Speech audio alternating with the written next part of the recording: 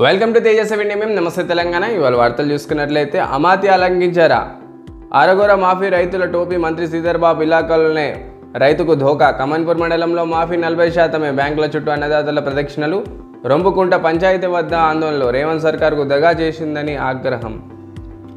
రైతు గోస విను రాహుల్. ముఖ్యమంత్రి రేవంత్ రెడ్డి కళ్ళు తెరిపించండి కేటీఆర్. రాష్ట్రంలో 40% మందికే రుణమాఫీ హామీ మేరకు 2 లక్షల రుణమాఫీ చేయాలి. రైతులను నిలిపిన మోసగిస్తున్నాం Revanth Reddy.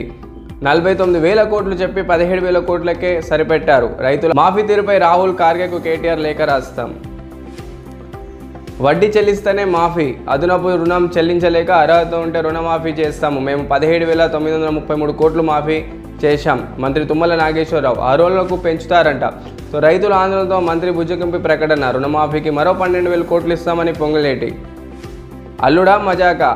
Oil palm company హస్తగతానికి మంత్రి అల్లుడు కొడుకు స్కెచ్. సాగుకు 3 ఏళ్లుగా కంపెనీ కోట్లు పెట్టుబడి పంట చేతికి రావడంతో మంత్రి బంధువులు కన్ను.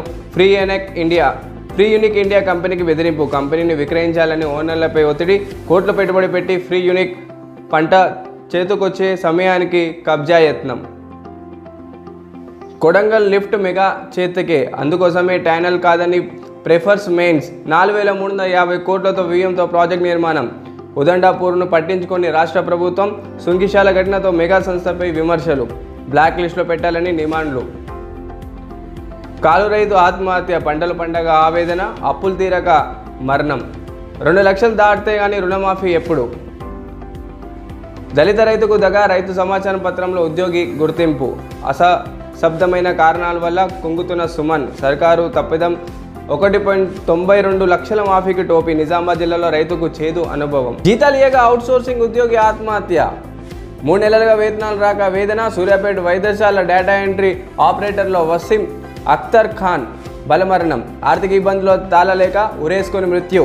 వసీం ఆత్మహత్యలకు బాధితులు ఎవరు? కేటీఆర్ నిలదీత. వేతనాలు ఇవ్వము, ఓపిక పట్టండి. 2008 డిఎస్సి ఉద్యోగులపై ప్రభుత్వం జీతాలు ఇవ్వలేకపోవడం, నియమించడం లేదన్న ఓ మంత్రి. 6 నెలలైన అమలు కాని కేబినెట్ నిర్ణయం. ఆందోళనలో 15 మందికి పైగా అభ్యర్థులు. సర్కార్పై ఆర్టీసీ కార్మికులు జంగ్ సైరన్. ఈ నెల 27న నల్ల బ్యాచ్లతో నిరసన. సెప్టెంబర్ 10న డిమాండ్ డే. అక్టోబర్ 1న నిరాహార దీక్ష. RTC JAC chairman Induru Venkanna. So సామాన్యంగా ఆర్టీసీ ఉద్యోగులందరూ కూడా ధర్నాకి దిగబోతున్నారు. అదేవిధంగా ఇక్కడ చూసుకున్నట్లయితే ఈ నెల 27నో రాష్ట్ర వ్యాప్తంగా ఎంతమంది ఆర్టీసీ ఉద్యోగులు ఉన్నారో ఒక నల్ల బ్యాచ్ పెట్టుకొని నిరసన తెలియజేయబోతున్నారు. అదేవిధంగా అక్టోబర్ 1వ రోజున రాష్ట్ర వ్యాప్తంగా బస్సులు అనేది బంద్ చేయబోతున్నారు. ఎందుకు? దీనికి సంబంధించిన కారణాలు ఏంటి? అది సామాన్యంగా వాళ్ళ వేతనాలు పెంచాలి. అదేవిధంగా ఈ ఉచిత ప్రయాణం వల్ల చాలామంది కండక్టర్లు, డ్రైవర్లకు ఇబ్బంది కలుగుతుంది కాబట్టి ఈ ఆర్టీసీ కార్మికుల జంగ్ సైరన్ అనేది మోగబోతుంది. ఇక్కడ చూసుకున్నట్లయితే విలీనంపై వార్తలపై బీఆర్ఎస్ ఆగ్రహం. ఆర్టీవీ నెట్వర్క్ రవిప్రకాష్కు బీఆర్ఎస్ లీగల్ నోటీసులు. అసత్య కథనాలపై క్షమాపణ చెప్పాలని డిమాండ్. 5 రోజుల్లో స్పందించకపోతే చట్టపరమైన చర్యలు.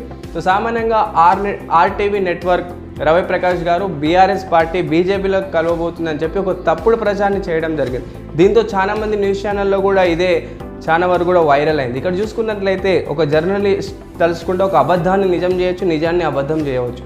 ఈ పొలిటికల్ వార్లో కూడా అలానే జరిగింది. సామాన్యంగా బీఆర్ఎస్ పార్టీ బీజేపీలో కలవబోతుంది. దాంతో కవిత బయటికి రాబోతుంది.